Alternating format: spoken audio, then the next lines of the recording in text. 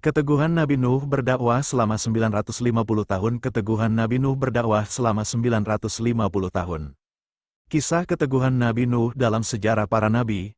Tidak ada contoh keteguhan dan kesabaran yang lebih mengesankan daripada kisah keteguhan Nabi Nuh selama 950 tahun. Beliau berdakwah kepada kaumnya tanpa mengenal lelah dan putus asa.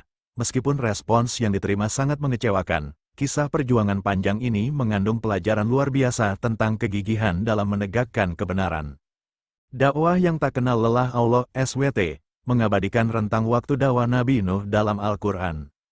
Dan sesungguhnya kami telah mengutus Nuh kepada kaumnya, maka ia tinggal di antara mereka 1000 tahun kurang 50 tahun. Maka mereka ditimpa banjir besar, dan mereka adalah orang-orang yang zalim. Qs. Al-Ankabut 29:14. Ibnu Katsir, 6/242, menukilkan riwayat dari Ibnu Abbas bahwa Nabi Nuh diutus menjadi nabi ketika berusia 40 tahun, kemudian berdakwah di tengah kaumnya selama 950 tahun. Setelah banjir besar, beliau masih hidup selama 60 tahun hingga manusia kembali berkembang biak dan tersebar. Ini kontras dengan pendapat lain yang dianggap garib, tidak umum, yang mengatakan bahwa umur total Nabi Nuh adalah 950 tahun, atau bahwa beliau berdakwah setelah berusia 350 tahun. Ibnu Katsir menegaskan bahwa pendapat Ibnu Abbas lah yang lebih mendekati kebenaran. Sebagai perbandingan, umur rata-rata manusia saat ini hanya sekitar 70-80 tahun. Artinya, Nabi Nuh berdakwah selama lebih dari 10 kali lipat umur manusia modern.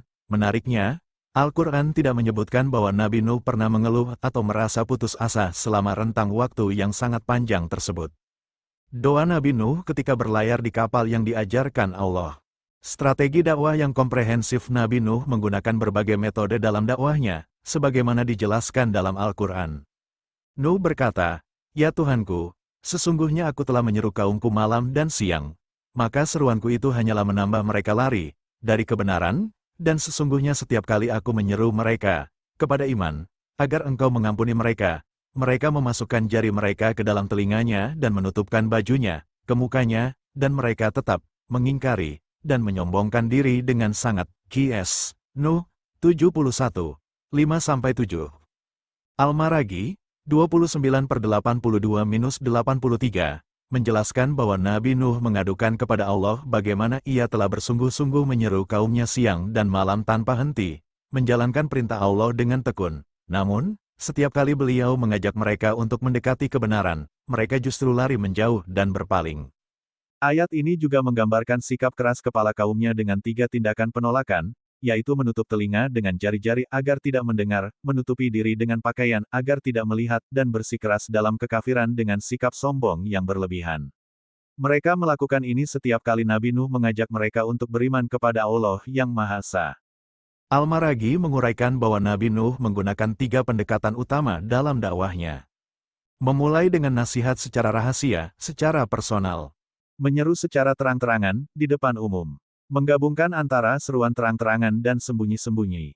Al-Maraghi juga menjelaskan bahwa Nabi Nuh tidak hanya menyeru kaumnya untuk beriman, tetapi juga menyampaikan motivasi duniawi jika mereka beriman. Pertama, Allah akan menurunkan hujan yang berlimpah.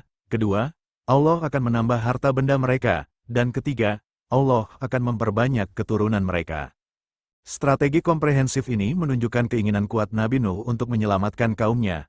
Namun, meskipun telah berusaha selama hampir 1 milenium dengan berbagai pendekatan, hasilnya tetap sangat minim. Doa kepada Allah. Setelah berdakwah selama 950 tahun dengan hasil yang sangat minim, Nabi Nuh akhirnya berdoa kepada Allah.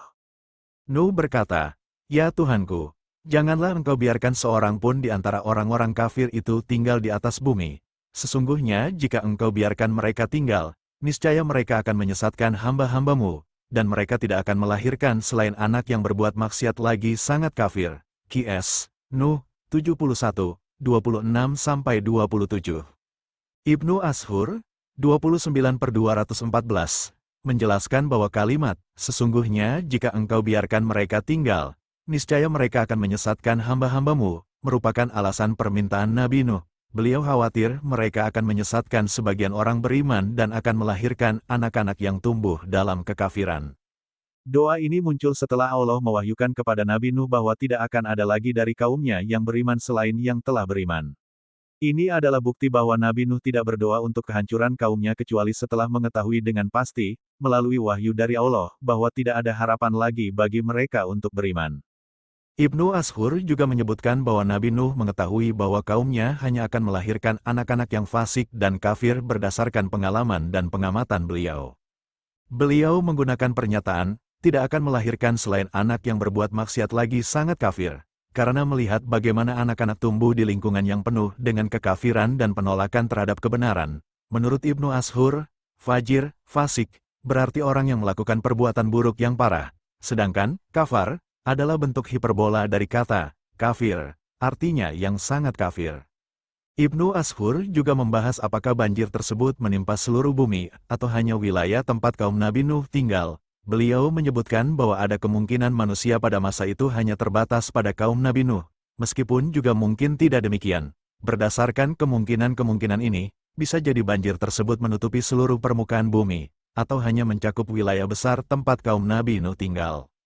Pelajaran dari keteguhan Nabi Nuh. Kisah perjuangan Nabi Nuh memberikan pelajaran berharga tentang keteguhan dalam menegakkan kebenaran. Di era modern yang serba cepat dan berorientasi pada hasil instan, menjadi pengingat penting bahwa upaya menegakkan kebenaran seringkali membutuhkan waktu panjang dan kesabaran luar biasa. Konsistensi Nabi Nuh dalam menyampaikan pesan yang sama selama 950 tahun mengajarkan bahwa kebenaran tidak perlu diubah atau dikompromikan untuk menarik pengikut. Kebenaran tetap kebenaran, terlepas dari berapa banyak orang yang menerimanya. Fleksibilitas Nabi Nuh dalam metode penyampaian mengajarkan bahwa kita perlu adaptif dalam cara menyampaikan kebenaran. Meskipun tetap teguh pada prinsip dan isi pesannya, beliau menggunakan pendekatan personal dan pendekatan massal, pendekatan spiritual dan pendekatan material, semua demi menyelamatkan kaumnya. Doa Nabi Nuh di akhir masa dakwahnya mengajarkan bahwa ada batasnya ketika dialog dan pendekatan persuasif harus diakhiri, yaitu ketika telah jelas bahwa pihak yang didakwahi telah tertutup total dari kebenaran dan berpotensi menyebarkan kerusakan yang lebih besar. Ini adalah kebijaksanaan yang penting dalam konteks dakwah.